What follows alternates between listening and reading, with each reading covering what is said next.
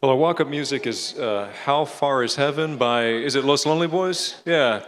The answer to that question is it's only as far as Waco. If you haven't been to Waco, I've been there. Heaven's got nothing.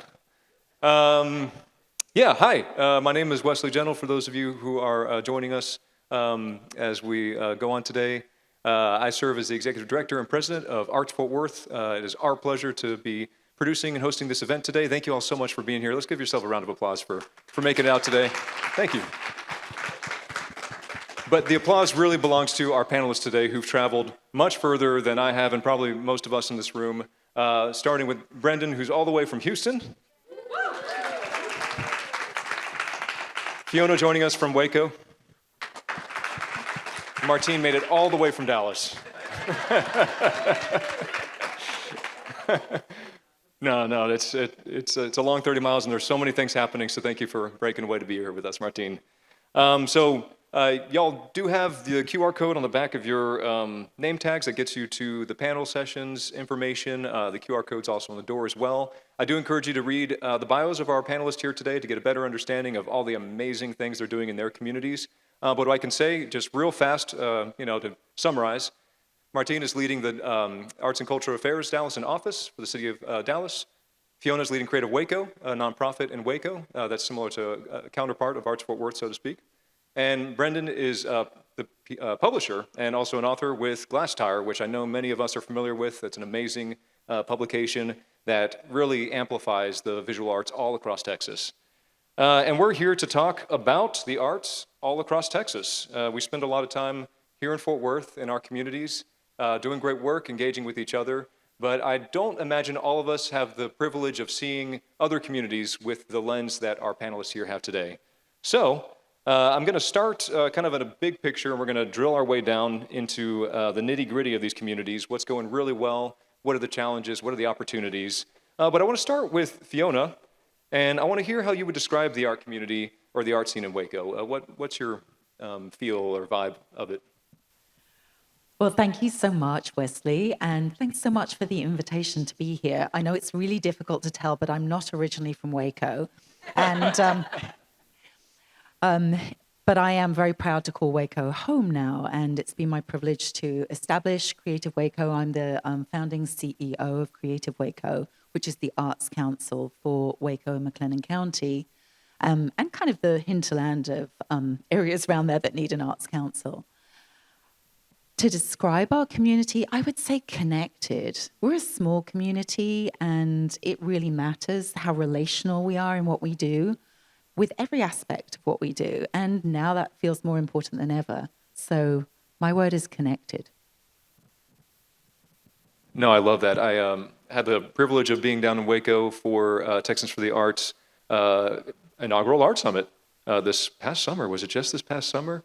And Waco really rolled out the red carpet. Connected is the word I would use too. You could see it just as you move through the city. It's really apparent.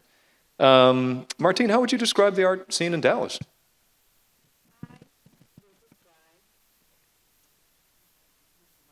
I'm from New York. I can make it work. Microphone. So the city of Dallas, the word that I'm going to choose is vibrant. Large city, so many pockets and neighborhoods that are doing really awesome things in the cultural arts sector. We have a few cultural districts, of course, from the Dallas Arts District through Deep Ellum to Fair Park. And there's just something really special about how diverse, how colorful, and how vibrant we are. I would echo that word as well, vibrant. And Brendan, you cover the entire state, but you call Houston home. Tell us about the art scene in Houston. If we're picking words, I would pick complex. Houston is it's a little bit of a gritty, sprawling metroplex of a city itself. But Houston, I feel like, is among all of the art communities of Texas, is very fortunate in that it has kind of the full overlay of what I think a really successful art community has. It has artists doing things out of their houses and out of artist-run spaces and garage galleries, apartment galleries. If we have a weakness, that's actually, I think, where it is, like younger, smaller galleries. But then we have a really robust, like mid-tier gallery, for-profit gallery system that is that are places where artists can actively sell their work to an audience that is in Houston.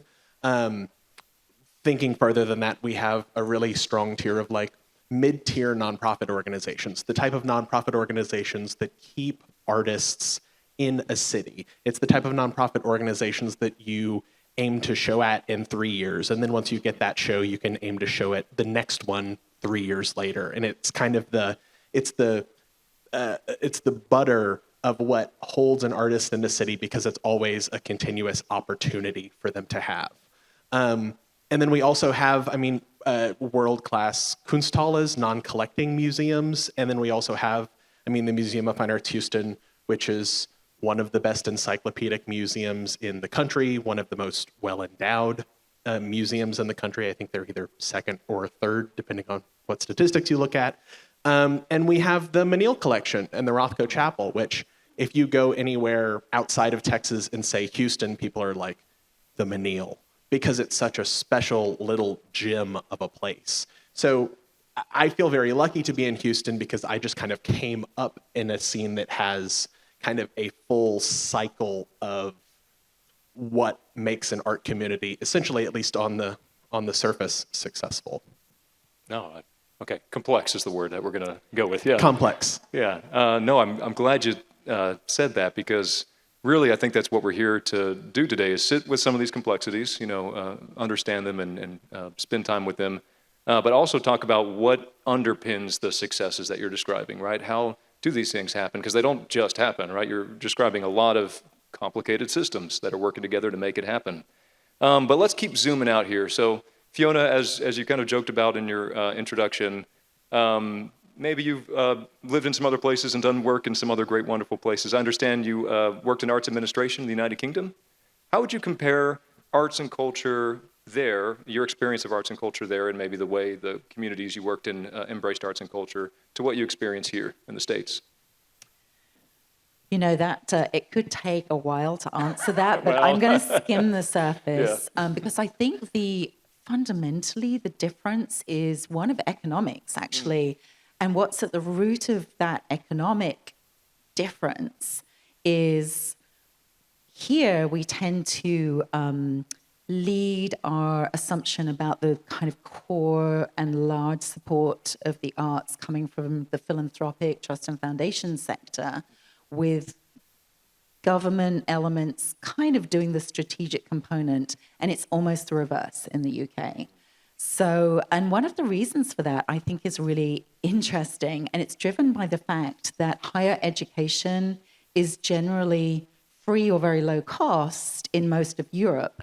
And so the whole kind of machine that is how you end up in higher education establishments is not driven by sport and is not driven by the competition of, who gets a scholarship.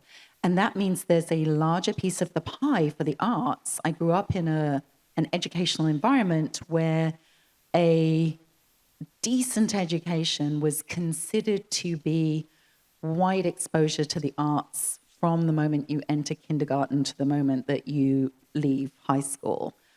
Every art form at every year is considered important as part of that education. There's no kind of, you have to choose which one you like at the age of 10 kind of thing, which is what my children had to do here.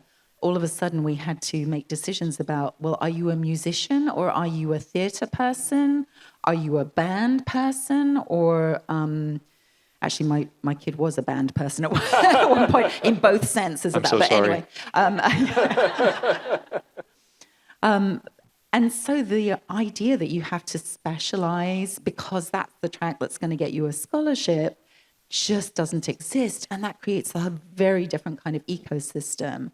And it does mean that you then get the benefit of a population that is just more conversant in the arts as part of their well-being and part of the fabric of society. More people have been to live performances generally.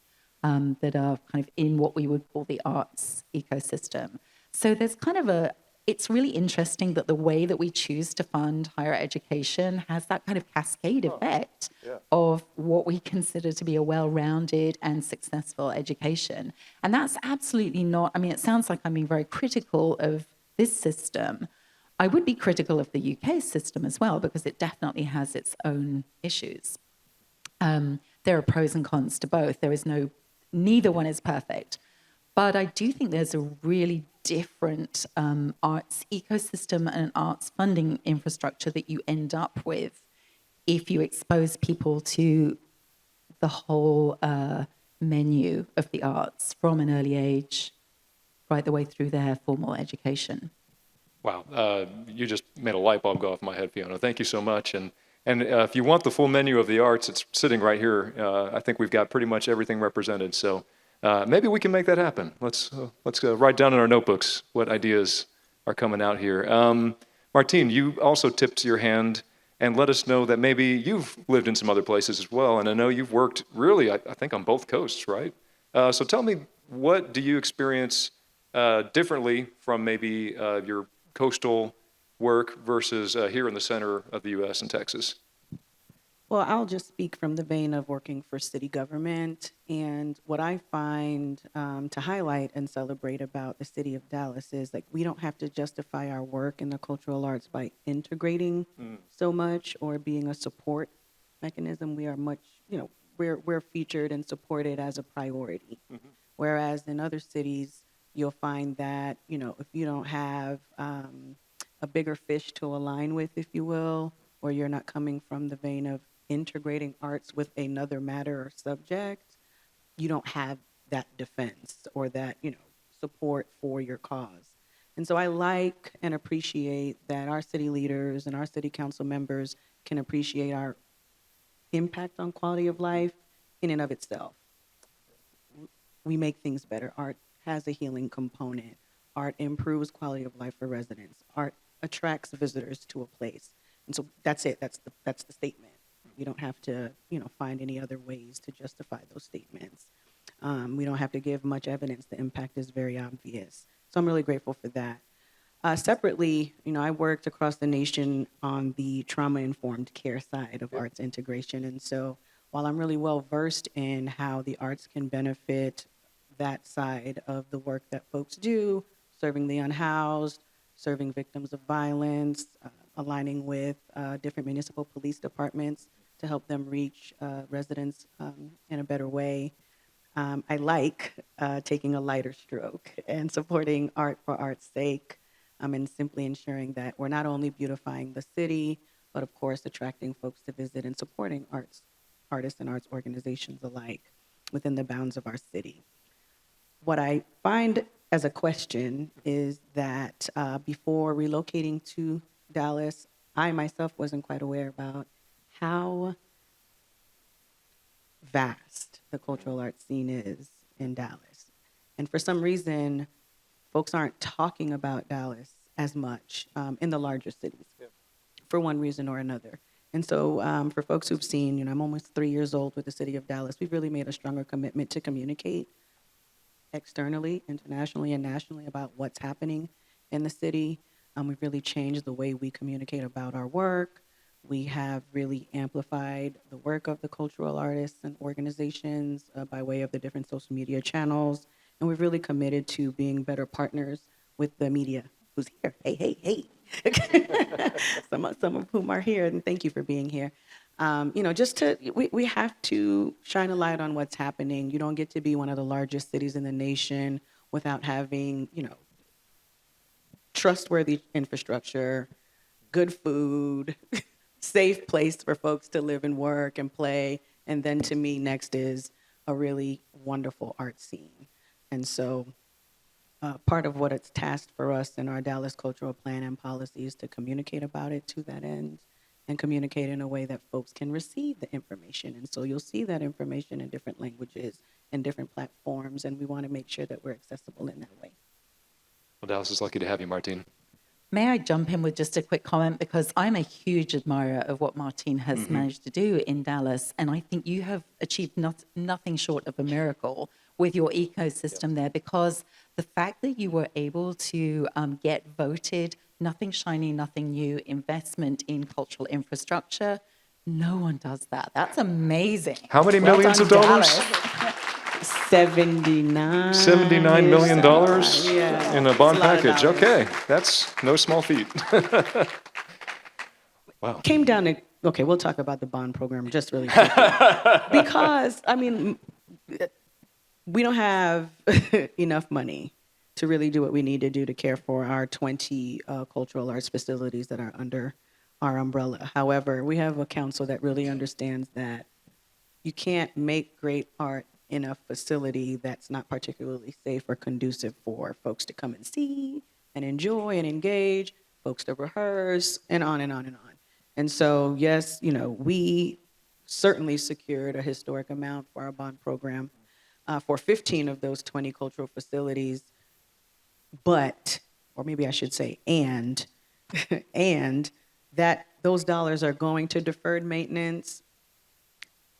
And while it's not shiny or sexy, it is so necessary and so well deserved. So over the next 7 years, we'll be under construction and finding folks temporary housing for their productions and things of that nature. But on the back end, it'll be great.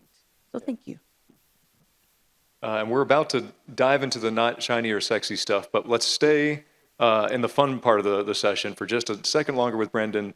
So you cover the entire state.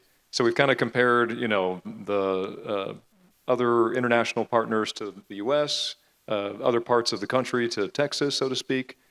Compare Houston to the rest of Texas, or in a different sense, how do you see Texas writ large as it comes to the arts? I really think, it's kind of my job to think this also, but I really think that Texas is a vastly underestimated driver in everything. The food scene, the cultural scene, the visual art scene, the theater scene, the live music scene. But thinking specifically about the visual arts, because that's what I do, I think a lot of it is marketing. A lot of it comes down to the fact that there isn't a lot of media coverage overall in Texas. Like, one of the things that we've been dealing with at Glasstire, we've been around since 2001. So we've seen the death of alt weeklies across multiple cities in Texas.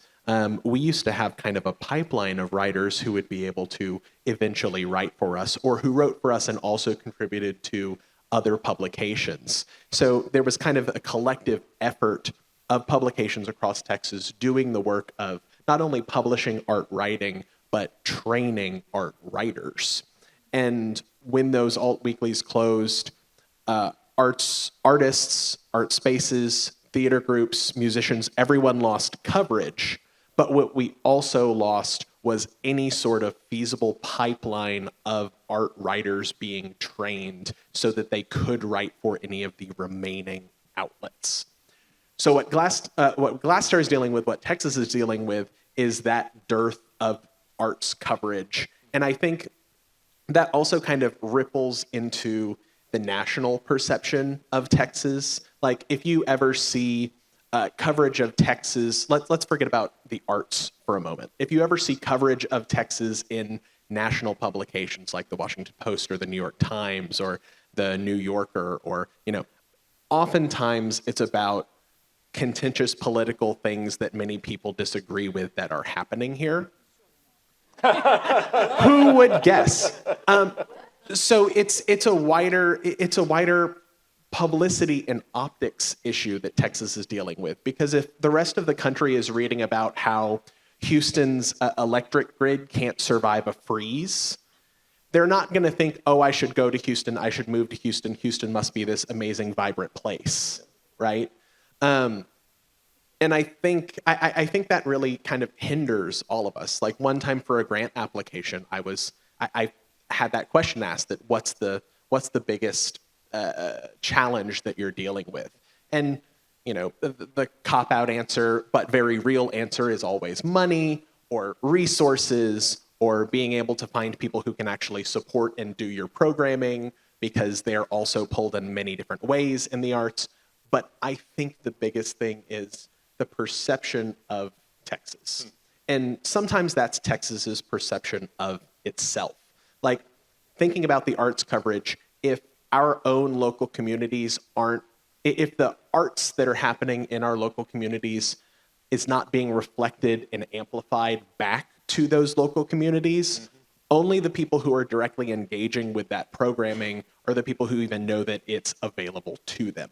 So when the Houston Chronicle does a buyout of their art critic who was also responsible for covering society events for some reason and replaces them with someone who does an okay job of covering art events, but art is in no means their forte, and they kind of aren't writing as critical pieces, but they're writing things that are a little more, what we would call fluff pieces. It hampers the ability of everyone involved in this sector, which is a major economic driver, as you'll hear in the keynote. Yeah. And one of the really important things about it, it hampers that to be able to grow or even sustain itself in any real way. I'm curious. I know we've got a few with us. If you're an marketer for an arts nonprofit or a journalist who's covering the arts, can you raise your hand real fast in here? Let's give a round of applause for these heroes. Thank you.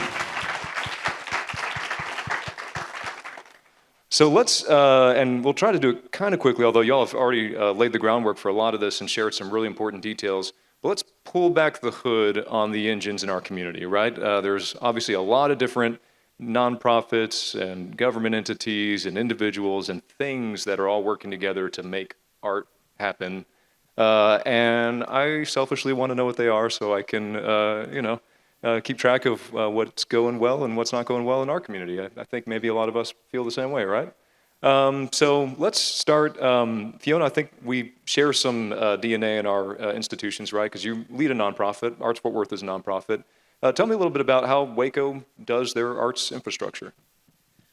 Well, we actually learned our infrastructure when the city manager, who was city manager of Waco at the time that we formed Creative Waco, had been city manager of Fort Worth.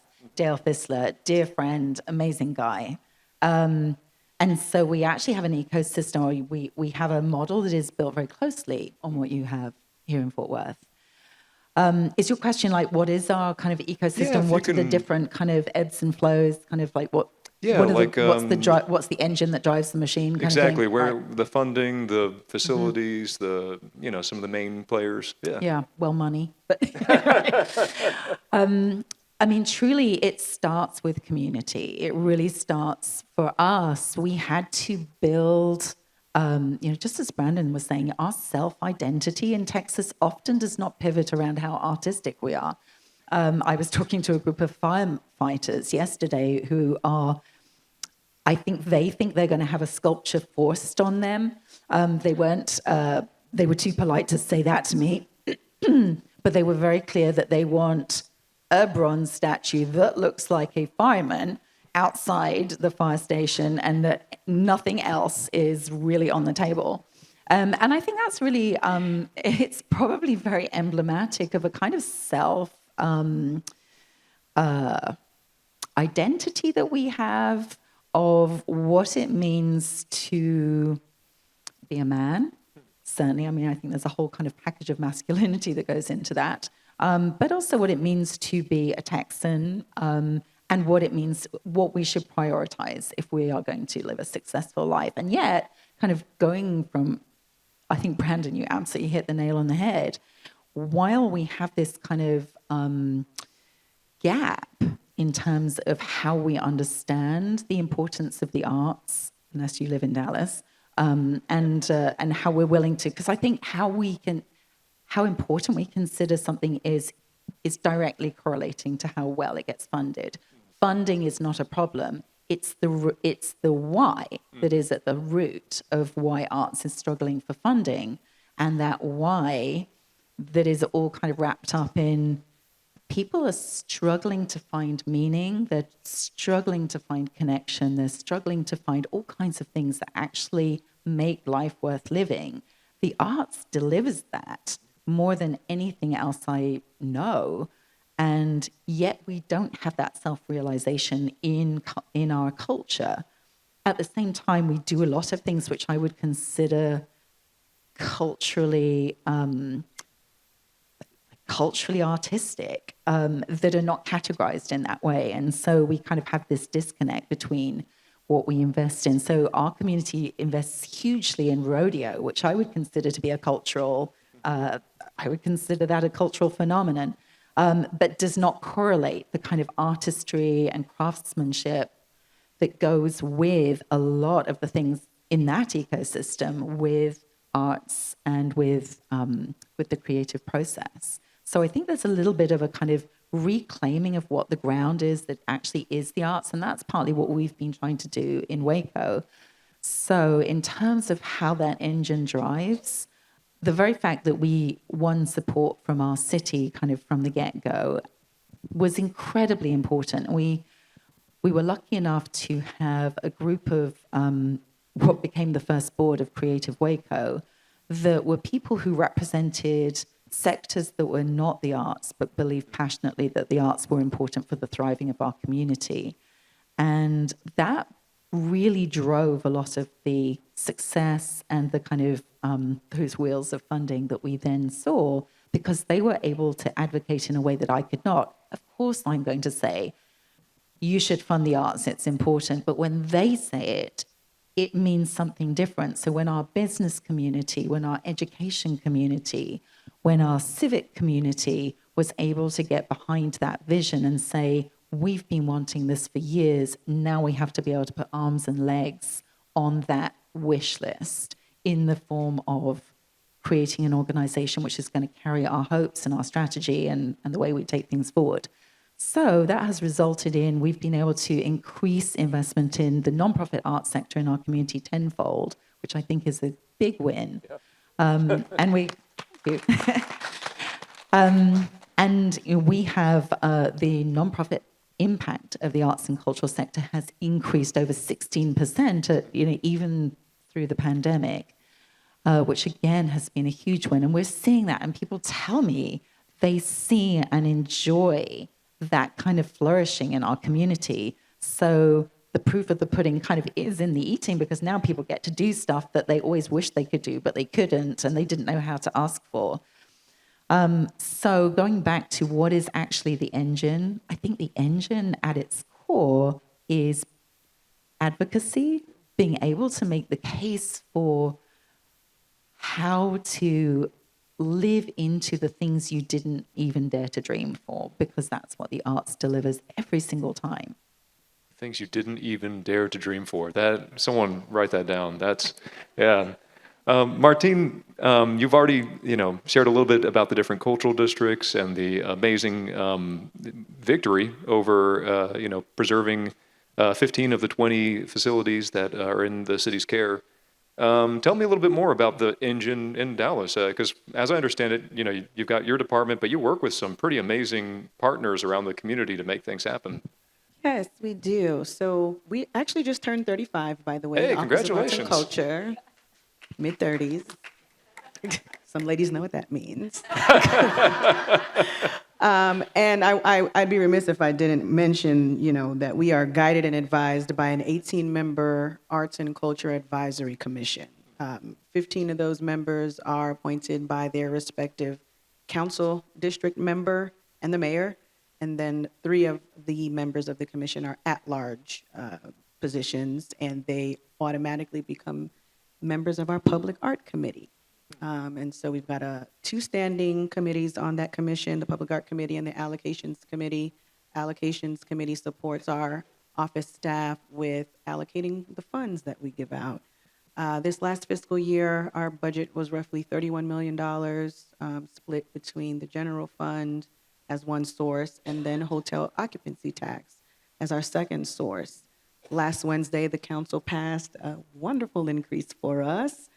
We used to sit in a split with Visit Dallas, which is our city's destination marketing organization. And the shift is splitting so that our office will now go from 12.5% of the split to 15% of the split. Congratulations. Wow. As an increase. And that's great, great, great, great. And if you know anything about hotel occupancy tax, you know that you can only spend those funds in a very specific way. But as we're growing and activities are growing in our cultural district specifically, we can start to allocate more funds and reimburse ourselves for more expenses that are taking place in those spaces and places. So we're very excited with no questions.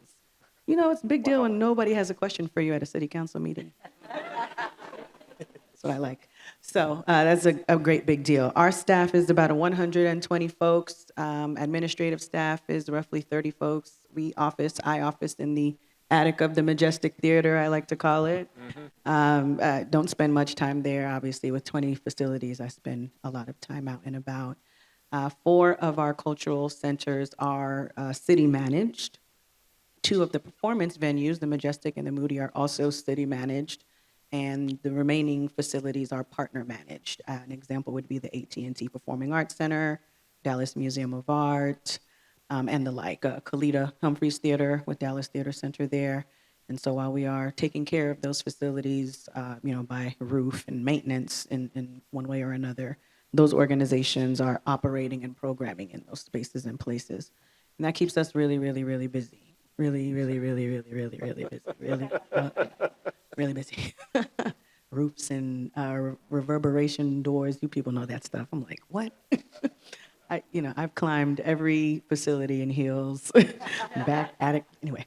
So there's that. And then we have our public art division. They oversee 460 pieces, to include doorways and other cool artifacts across the city. Our public art fund is a source of bond projects, so a percentage of bond projects in the city comes back to our department specifically for public art, but not for the maintenance of that public art. So we gotta find that money elsewhere, which is very difficult. Everybody wants to see it installed, but nobody wants to take care of it. Well, let me not say that. We do have support in taking care of it. It's just not built into the ordinance so that we could plan for it, I think, in a more meaningful way. Other than that, we have our community and funding programs team. We have a community arts program that reaches all council districts, ensuring that folks who may be residents who don't live near a cultural center or the arts district can still have a really meaningful experience in the arts. We are giving away, contracting for art services, not giving away. So we're not, all these different languages, city government. We are contracting for art services, roughly around $12 million each year, working with a number of artists, again, who are servicing residents and visitors across all council districts. I'm sure I'm forgetting one side of my staff, the business office doing all the contracting. I'd be remiss if I didn't acknowledge them. But there's that. Outside of the city, we partner with our destination marketing organization, Visit Dallas, of course, to address the needs of our visitors. TACA is a nonprofit arm. They do a lot of work to support budding, and existing artists and arts organizations. But we are partnering with them to launch a capacity building program that mirrors some work that they've been doing for years, and that we have the ability to do as well, to support certain size organizations with needs such as board development, or if they need access to certain technology, assistance with budgeting, assistance with strategic planning. All the little things we forget actually cost money to do to keep the doors open. And we don't want to stray away from the fact that we are very clear that many of the organizations that rely on us for support really have still not recovered from COVID. And so it's just the right time to infuse and inject a little more funding to those as a pilot, to see what we can do there. Nothing we do, is really easy without the support. Again, we're the city government, so you got to have the council and the city manager behind you. Our new city manager, Kimberly Tolbert, thank the Lord, is an arts patron. So I don't have to beg ever for anything. She's quite understanding. She's been in Dallas for some decades, so she's seen the ebb and flow of the cultural arts scene. And so I'm really grateful that the fight I have to fight isn't with my boss. And it certainly right now isn't with our council. However, it's a council election season, so we'll see what happens this summer. But it's really great, too, to have DACAC. I don't know if we have any members of a similar organization, but DACAC is a group of art stakeholders who are committed to doing the type of advocacy that city employees just can't do. We can't bully council members. We can't do that, but they can. We can't, be perceived as lobbying in a sense, but we just, we have very tight lines, and so we're really grateful for those stakeholders, Joanna St. Angelo and Chris Heinbaugh, and the like, who can run out and again shake some people up when we need them shaken up. Oh, man, I'm so glad we got Joanna and Chris's names into the conversation here because they are absolute saints for the arts, my Lord. So I And have, fellow board members with and us some for, fellow board members of the Texans for Arts. TFA, which is a great segue. I have done a bad job moderating. I'm very sorry. We are running out of time, so we've got to do two things before I read this announcement I was told to read. And those two things are, one, lightning round, right? What's a super cool thing that's about to happen in your community that we need to know? That you're so excited about, you've got 30 seconds for that. And then two, Fiona, you've got 45 seconds to tell us about Texans for the Arts, statewide advocacy organization where we hang out with Joanna, Martine, a whole bunch of people. And I've already eaten up all our time to do that. So 30-second lightning round. Brendan, what's going on in Houston that you're excited about? Houston, things coming up. I mean, there's always so much going on. I think that maybe the next big thing would be Houston is getting an art fair. Hey.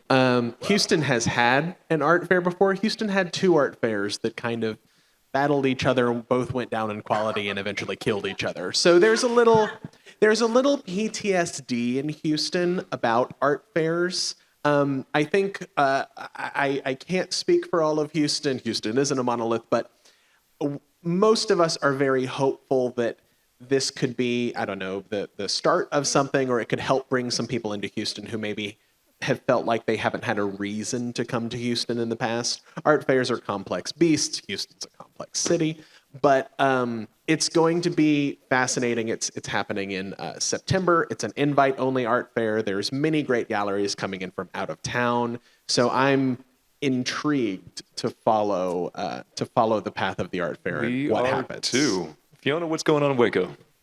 Two things that I think are game changers. There's so much good stuff happening, but one is that Waco is increasingly being written about and seen as a cultural destination. That's a game changer for our hospitality industry. It means they're becoming more arts conscious, and it means people are more willing to support the arts. It means more festivals, more outward-facing things. And then the other thing, which will absolutely be a game changer, is a downtown performing arts center. Yes. Which we're early days, my friends. It is still a long path and a whole lot of money, which doesn't get less over time, but we're excited about that, and our city is excited about that. Yeah. All right. April is Dallas Arts Month. It's our 12th annual Dallas Arts Month coming up, so come visit us. Of course, we are preparing for 9 FIFA games next summer. We just held our first cultural arts sector town hall to kind of wrap our heads around what 9 Super Bowls means to us. There's that. And then kind of long-term planning is the effort to, what can I say, initiate the Dallas Cultural Trail. So the Dallas Cultural Trail will connect Dallas Arts District through Deep Ellum to Fair Park for bike and for walkers. If you've ever been to Atlanta, it will be similar to the Atlanta Beltline. This is a legacy project. Deep Ellum Foundation, in collaboration with the city, a few city departments, earned a $2 million grant from the U.S. Department of Transportation to continue planning over the next 2 years. Can't tell you if it's paused or on pause. Either way, it's a big deal that, to have that acknowledgement and to continue to work forward to that end, because we do see this project as something that is going to transform the city, going to connect us to each other, and going to make it a bit easy for residents and visitors to, traipse between the 3 cultural districts.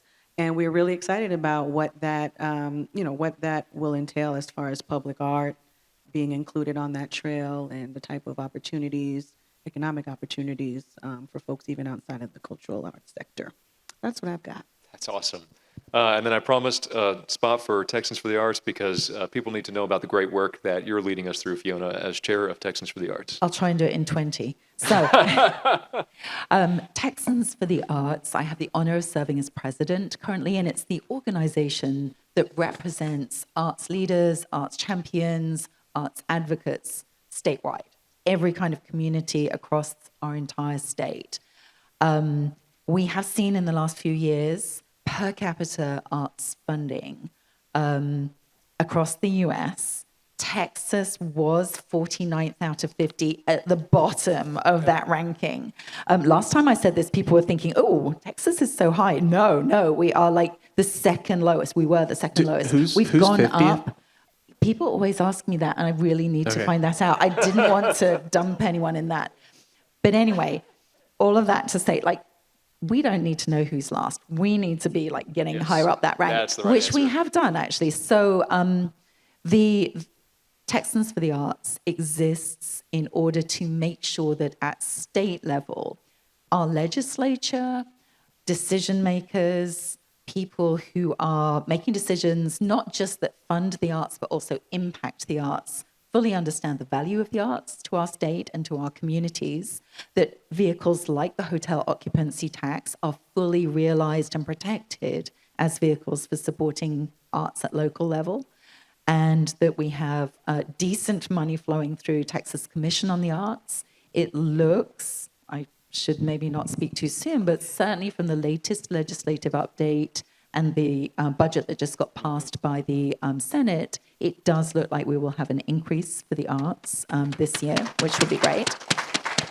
But also, I think we all recognize that we are about to enter choppy waters in terms of being able to protect arts funding at national level, state level, local level. And we are all going to have to be advocates for our own work and for each other. And so creating a community of people who do that across Texas, a powerful network that can access every single decision maker at state level and local level, can represent the arts in rural and in urban communities and in emergent communities or very mature arts communities is incredibly important. That's the work of Texans for the Arts. It represents you and your organizations and me and my organization. And you can all become members. It's very affordable. I would certainly give a shout out to becoming a member and making sure that you are part of that ecosystem. It keeps you up to date and informed. It makes sure your voice is in places where decisions are made. And it makes sure that the arts are prioritized where it matters in our state. We are hugely honored to have an incredible board, incredible staff, Martine and Wesley and Chris Heimbar and Joanna San Angelo and many people that you guys know from the Metroplex area are board members and even more are members. And I believe we are having our board retreat in Dallas. I think so. It's June the 6th, which actually happens to be my birthday. But anyway, I'm hoping everyone will celebrate my birthday for board retreat. But we will be hanging out in the Metroplex area, and so we are very keen to meet with the membership that is in this area during that time. So do become members. Great group of people. You get to be part of that ecosystem. There's no downside. Thank you, Fiona. Thank you all so much for being here today. Really appreciate it. Clap a little bit louder for these folks up here. Thank you. Thank you. Thank you. Thank you all so much. Yeah. Oh, yes, these words. It's time for our lunch break. Box lunches will be set up downstairs for those of you that pre-purchased lunch and for our event participants, y'all, who are provided lunch. You're welcome to enjoy them wherever you would like, on the lawn in Gina's Cafe or back up here, or head off campus and support a local eatery here on the east side, in parentheses, Joe's Hideout. We do have a handful of extra boxed lunches, so if you would like to purchase one, you may do so downstairs. Moxie Concept team is there to assist. You want to be back here by 1 p.m., so in 50 minutes. Mayor Maddie Parker will be here to make some remarks. Bob Jameson with Visit Fort Worth will introduce Randy Cohen, who's here in the audience with us for our keynote.